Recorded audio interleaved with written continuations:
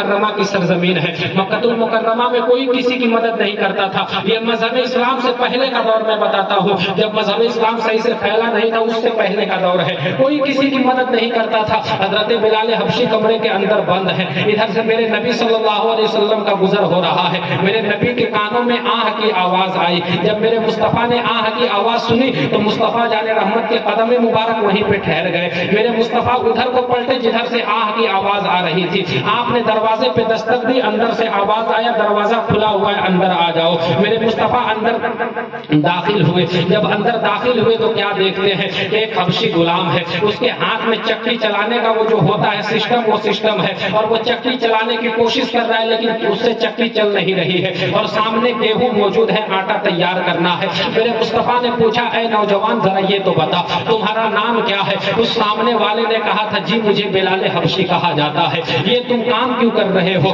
تمہارے جسم کی طاقت نہیں ہے, تمہارے جسم میں شدید مرض ہے, تمہارے جسم کے اندر سخت بخار ہے, اس کے باوجود تم یہ کام کر رہے ہو. حضرت بلال نے جواب دیا تھا کہ میرا جو مالک ہے اس کا نام امیہ بن خلف ہے. وہ اتنا ظالم انسان ہے کہ اس نے مجھے یہ کام کرنے کے لیے دیا ہے. اگر میں نے یہ وقت پہ تیار نہ کیا تو واپس آ کر کے وہ مجھے بڑا مارے گا, وہ مجھے بہت ستائے گا, پریشان کرے گا. یہ تیار کرنا میری ذمہ داری ہے. جب میرے مصطفیٰ نے اتنا سنا تھا تو میرے مصطفیٰ نے کہا تھا کہ ایک کام کرو, مزمل والی چادر اتاری ہے اور اتار کر کے ایک طرف بچھا کر کے کہا تھا کہ تم اس پر لیٹ جاؤ اور آرام کے ساتھ, سکون کے ساتھ آرام کرو. عزیزان ملت اسلامیہ, آؤ ان لوگوں سے میں پوچھنا چاہتا ہوں جو کسی مسلمان کو, ابھی تو حضرت بلال نے کلمہ بھی نہیں پڑھا ہے, ابھی حضرت بلال تو میرے نبی کے دامن میں آئے تک بھی نہیں ہے, ابھی تو صحیح سے پہچان بھی نہیں ہوئی ہے. اس کے باوجود میرے مصطفیٰ نے ہمیں جو درس دیا ہے وہ درس یہی ہے کہ کسی کی پریشانی کو دیکھ کر کے خوش نہ ہونا,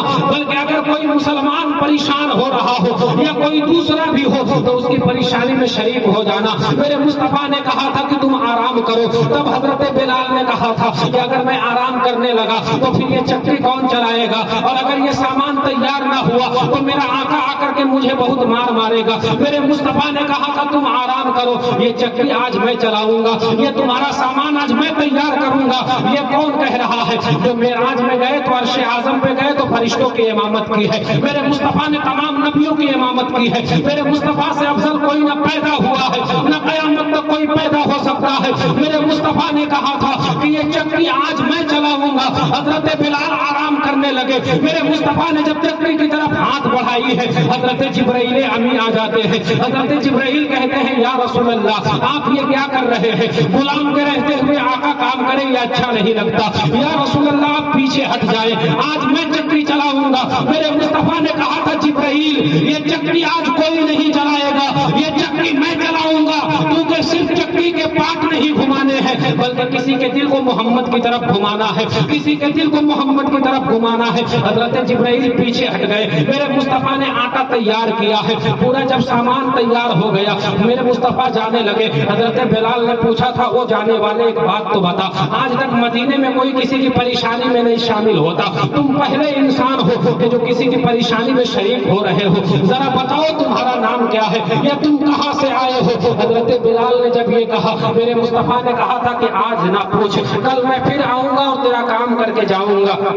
میرے مصطفیٰ کل پھر آئے ہیں. حضرت بلال کا آٹا تیار کیا ہے. پھر جب واپس جانے لگے تو حضرت بلال نے روک کر کے کہا تھا کہ آج تو بتا دے کہ آپ کون ہیں. میرے مصطفیٰ نے کہا تھا آج نہیں, کل پھر آؤں گا اور تیرا کام کر کے جاؤں گا. آج تو معاملات یہ ہے کہ اگر تھوڑی سی مدد کر دے تو نام بتانے کی بات کرتے ہیں. کئی لوگ تو ویڈیو بنا کر کے جو ہے نیٹ پر وائرل کرتے ہیں اور اس وقت تک کسی کی مدد نہیں کی جاتی جب تک کیمرے والے نے فوٹو نہ کھینچ لی ہے اور اخبار میں آنے کا وعدہ نہیں کر لیا گیا. اس وقت تک ٹھنڈی کے موسم میں نیتا لوگ کمبل بھی نہیں بانٹتے. اگر کوئی کسی کی پریشانی میں شریک بھی ہو گیا تو پہلے ویڈیو بن رہا ہے, اس کے بعد مدد ہو رہی ہے. اور نام بتانے کی بات ہے تو نام 100 لوگوں میں بتایا جا رہا ہے کہ تم لوگوں کو پتا نہیں ہے میں نے فلاں کی مدد کی تھی. آؤ میرے نبی کی سیرت کو ذرا ایک مرتبہ پڑھنے کی کوشش کرو. 2 دنوں تک میرے مصطفیٰ نے کام کیا لیکن نام پوچھنے کے باوجود بھی نام نہیں بتایا. میرے مصطفیٰ نے کہا کہ کل پھر آؤں گا اور تیرا کام کر کے جاؤں گا.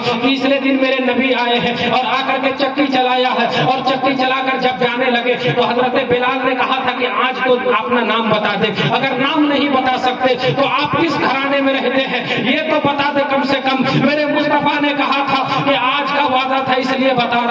انا محمد الرسول اللہ، مجھے محمد الرسول اللہ کہا جاتا ہے، میں اللہ کا آخری پیغمبر بنا کے بھیجا گیا ہوں۔ حضرت بلال نے جب اتنا سنا تو حضرت بلال نے کہا تھا کہ تاخیر نہ کرے، کلمہ پڑھائے اور کلمہ پڑھا کر مجھے بھی دامن اسلام میں رہنے کی جگہ عنایت کرے۔ جب حضرت بلال نے کلمہ پڑھا تھا اس وقت مسلمانوں کی تعداد نہیں تھی، اگر کسی کو پتہ چل جاتا تھا کہ کوئی مسلمان ہو گیا ہے تو اس پر بڑا ظلم و ستم کیا جاتا تھا، اسے بہت ستایا جاتا تھا۔ میرے مصطفیٰ نے کہا بلال تم نے کلمہ تو پڑھ لیا ہے لیکن اپنے ایمان کو چھپا کر کے رکھنا، اپنے اسلام کو چھپا کر کے رکھنا، کیونکہ مکے والے بڑے ظالم انسان ہیں، اگر انہیں پتہ چل گیا تو تم پر بڑا ظلم و ستم کریں گے۔ حضرت بلال نے کہا تھا یا رسول اللہ کوشش کروں گا، لیکن سچا عشق وہی ہوتا ہے جو سر چڑھ کے بولا کرے، عشق چھپانے سے چھپتا نہیں ہے۔ حضرت بلال نے ایک دن چھپانے کی کوشش کی، 2 دن چھپانے کی کوشش کی، لیکن ایک دن اپنے آقا امیہ بن خلف کے اونٹ بیٹھ کر کے چرا رہے تھے اور زبان پر یا نبی کی صدا تھی، زبان پہ یا رسول کے نغمے تھے۔ امیہ بن خلف گزر کے جا رہا تھا، اس نے سن لیا،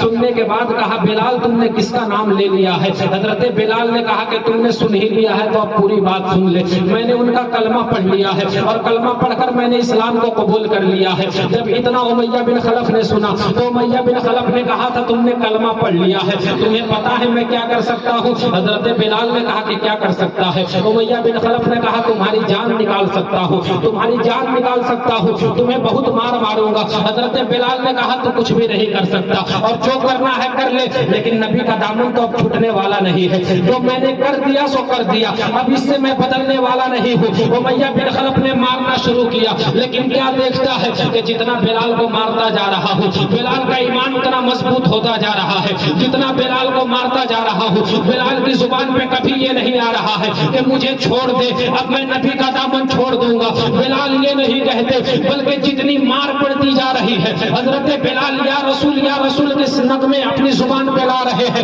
امیہ بن خلف پریشان ہو گیا، پریشان ہو کر کے کہا تھا او بلال تجھ پر مار کا اثر کیوں نہیں ہوتا؟ تو حضرت بلال نے کہا تھا کہ مار کا اثر کچھ بھی نہیں ہو سکتا، اور اگر مارنا ہی ہے تو مار لے، میرے جسم سے جان نکال سکتا ہے لیکن مصطفیٰ کا دیا ہوا ایمان نہیں نکال سکتا۔ حضرت بلال نے جب اتنا کہا تھا تو امیہ بن خلف نے پوچھا تھا کہ تمہارے کہنے کا کیا مطلب ہے؟ تو حضرت بلال نے کہا تھا ارے تمہاری حکومت بلال کے جسم پہ چلتی ہے اور مصطفیٰ کی حکومت بلال کے دل پر چلا کرتی ہے۔ عزیزان ملت اسلامیہ، امیہ بن خلف نے کہا تو ایسے نہیں مانے گا، تو آ گھر پہ، اس کے بعد بتاتا ہوں۔ حضرت بلال کے گلے میں پٹا ڈال دیا گیا اور پٹا ڈال کر کے چھوٹے چھوٹے بچوں کے حوالے کیا گیا۔ وہ چھوٹے چھوٹے بچے حضرت بلال کو گلی گلی لے کر کے دوڑا کرتے تھے اور اس سے بھی نہیں جی بھرا تو جب ریت بالکل گرم ہو جاتا تھا حضرت بلال کو اس پر الٹا لٹایا جاتا تھا اور الٹا لٹا کر کے حضرت بلال کے اوپر چٹان رکھ دیا جاتا۔ کبھی حضرت بلال کو ادھر سیدھا کو لٹا کر کے ان کے سینے پہ چٹان رکھ دیا جاتا تھا اور وہ تپتی ہوئی دھوپ میں حضرت بلال کو دن بھر چھوڑ دیا جاتا، صبح سے شام تک حضرت بلال کو چھوڑ دیا جاتا۔ اس سے بھی نہ جی بھرا ان کافروں کا تو حضرت بلال کے ساتھ یہ کیا کہ انگارے جلائے اور انگارے جلانے کے بعد حضرت بلال کے جسم کے اوپر انگارے ڈالے گئے۔ حضرت بلال کے جسم پر جب انگارے پڑے ہیں تب بھی حضرت بلال نے اپنی زبان پہ کبھی اف تک کے الفاظ بھی نہیں لائے۔ حضرت بلال کے جسم کی جو چربی تھی وہ چربی پگھل کر کے وہ آگ بجھا دیتی تھی، لیکن حضرت بلال کے دل میں جو عشق رسول کی آگ لگی تھی اس آگ کو کوئی آگ نہ بجھا سکی۔ کسی نے پوچھا تھا اے بلال ذرا ایک بات بتا، اگر تو محمد کا دامن چھوڑ بھی دے گا تو تیرا کیا بگڑ جائے گا؟ تم نے محمد کا دامن کیوں نہیں چھوڑنا ہے؟ تب حضرت بلال نے کہا تھا او لوگوں اگر تم نے کیسی بات کر دی ہے، اگر تم بازار جاتے ہو اور کوئی سامان خریدتے ہو تو اس سامان کو ٹھوک بجا کر کے خریدتے ہو، اگر کوئی سامان کچا ہو تو تم اسے چھوڑ دیتے ہو اور جو پکا ہوا سامان رہتا ہے تم اسے گھر لے کر کے آتے ہو۔ ارے میرا دل کہتا ہے کہ میرا رب بھی مجھے آزما رہا ہے کہ بلال عشق میں کچا ہے کہ پکا ہے، اللہ رب العزت میرا امتحان لے رہا ہے اور بلال کا یہ امتحان ہے کہ اس امتحان میں پاس ہو کر کے دکھائے گا، اس امتحان میں کامیاب ہو کر کے دکھائے گا۔ عزیزان ملت اسلامیہ، جب اس سے بھی دل نہ بھرا تو ایک دن حضرت بلال کو بلایا امیہ بن خلف، یہ اس کا آقا تھا، امیہ بن خلف نے بلایا اور جس تخت کے اوپر امیہ بن خلف رات کو سوتا تھا اسی تخت کے پائے کے نیچے حضرت بلال کا ہاتھ دبایا اور ہاتھ دبا کر کے چڑھ کے سو گیا اسی تخت کے اوپر۔ حضرت بلال کو تو تخت کے نیچے ہاتھ دبا کر کے وہ سو گیا۔ حضرت بلال کو جب صبح ہوئی ہے، جب چہرے پر نظر نظر پڑی ہے امیہ بن خلف کی تو کیا دیکھتا ہے کہ امیہ بن خلف کے چہرے پہ حضرت بلال کے چہرے پر رونے کے کوئی آثار نہیں ہے، تکلیف اور پریشانی گھبراہٹ کے کوئی آثار نہیں ہے، بلکہ حضرت بلال کے چہرے سے تو مسکراہٹ کی صدا آ رہی ہے، حضرت بلال تو مسکرا رہے ہیں۔ امیہ بن خلف نے کہا تھا او بلال آخر تجھے ہو کیا گیا ہے؟ میں نے تیرے ہاتھ کو تخت کے پائے کے نیچے دبا کر کے رات بھر کے لیے چھوڑ دیا، تیرا ہاتھ بھی پھٹ گیا ہے اور ہاتھ پھٹ کر کے خون سے لہو لہان ہو گیا ہے، اس کے باوجود تو روتا کیوں نہیں ہے؟ کیا تجھے درد نہیں ہوا؟ جب اتنا سنا ہے تو حضرت بلال نے کہا تھا کہ درد تو ہوا تھا۔ امیہ بن خلف نے پوچھا جب درد ہوا تھا تو تم نے برداشت کیسے کر لیا؟ حضرت بلال نے کہا تھا کہ جب تو نے میرے ہاتھ کو اپنے تخت کے پائے کے نیچے دبا کر کے اس تخت کے اوپر چڑھ کر کے سو گیا تھا اور میرے ہاتھ میں جب تخت کا پایا چبھا تھا جس کی وجہ سے میرا ہاتھ بھی پھٹا تھا اور ہاتھ سے خون بھی نکلنا شروع ہوا تھا، تو